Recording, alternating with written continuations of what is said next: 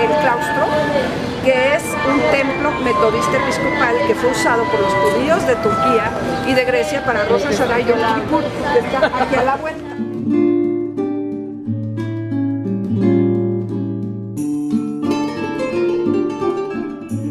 Ahorita que nos movamos un poquito, les voy a enseñar un edificio que representa las leyes de reforma, que es otro momento que fue fundamental para la llegada de los judíos a México, porque las leyes de reforma fueron este movimiento que también fue militar y que también fue legal y jurídico por parte de Benito Juárez para lograr por fin quitarle el poder a la iglesia y dárselo al Estado, o separar los poderes entre iglesia y Estado por primera vez en México, que se había estado luchando por esto mucho tiempo, pero no se podía.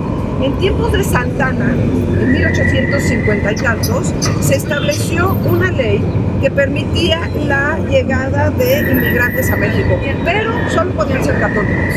Esto limitaba tremendamente las posibilidades para los judíos y para otras presencias. Entonces, después de Santana, Benito Juárez logra en 1860-61 que se abran las puertas a una presencia que no fuera católica. Y en ese sentido los judíos se sintieron con la libertad. Esto no quiere decir que ya fue todo fácil.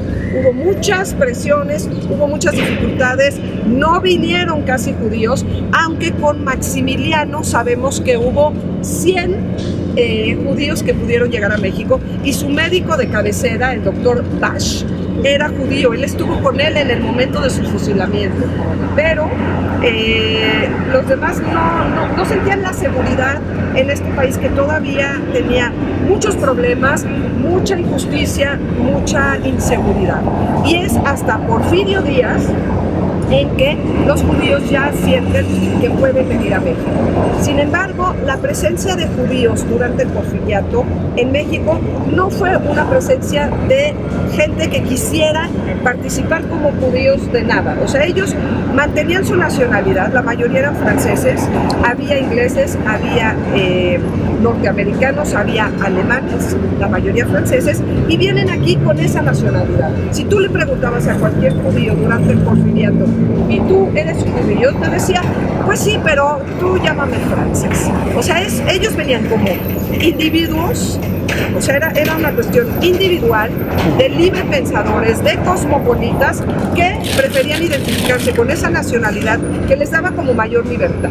Era una época en la que la Ciudad de México era una ciudad bastante cosmopolita, había una presencia europea importante, y de esto vamos a hablar un poquito más adelante en otro lugar.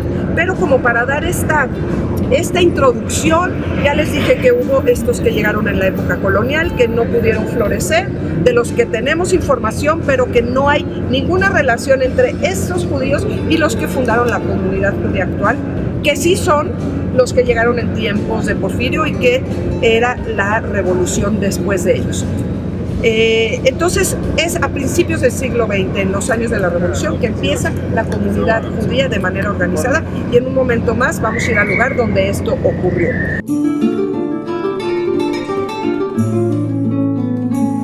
Muchísimos inmigrantes judíos tuvieron una experiencia, venían a bailar, venían a conocer gente, venían a tomarse un té. Aquí se creó el Comité Central, aquí se creó el Banco Mercantil, aquí se crearon el Maccabi, que luego derivó en el Deportivo Israelita, y que no estoy entrando porque quiero hablar de la época de la Revolución, pero ese Palacio de Mármol era parte de betlemitas, y un amigo de Porfirio Díaz se compró un pedacito, lo destruyó.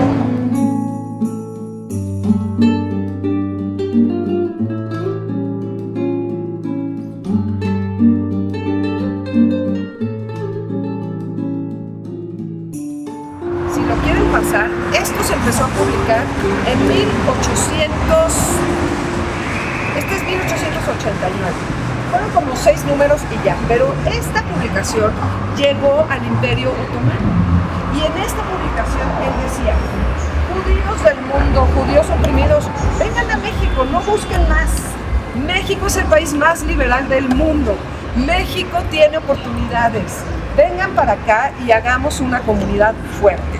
Entonces, se dice mil cosas de Francisco Rivas, que nunca tuvo hijos y que entonces adoptó a todos los que se acercaban a él, que él tenía una barba larga y que era como un patriarca con una gran biblioteca, que tenía documentos originales de la época colonial, de la gente de la Inquisición. O sea, se hablan muchas cosas de él y él estuvo en esta primera reunión. Él vivía en Tacubaya y hay otra historia que al ratito les voy a contar, donde se inauguró una primera, digamos, un primer intento de organización judía antes de la que hubo aquí, que ahorita vamos a seguir leyendo el documento, pero nunca se volvieron a reunir.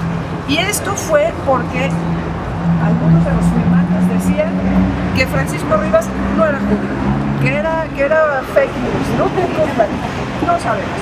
Pero fíjense, también continuando con el acta, dice: se reunieron en el templo masónico. ¿Por qué en un templo masónico? Bueno, porque eran pocos, no tenían recursos, no tenían un lugar de reunión, pero algunos eran masones. Algunos eran masones desde sus países de origen y otros se hicieron masones llegando a México. Y el hecho de pertenecer a la masonería era una manera muy importante o muy interesante para poder pertenecer a la sociedad mexicana y para poder conocer gente. Yo siempre he dicho que la logia masónica era como el Facebook de la época, pero presencial. Te daba la oportunidad y te sigue dando la oportunidad de conocer gente, de hacer redes. Y uno sin redes no es nadie. O sea, yo sí lo creo, que uno pasa mucho del éxito, de poder lograr cosas, gracias a las redes que uno pueda lograr.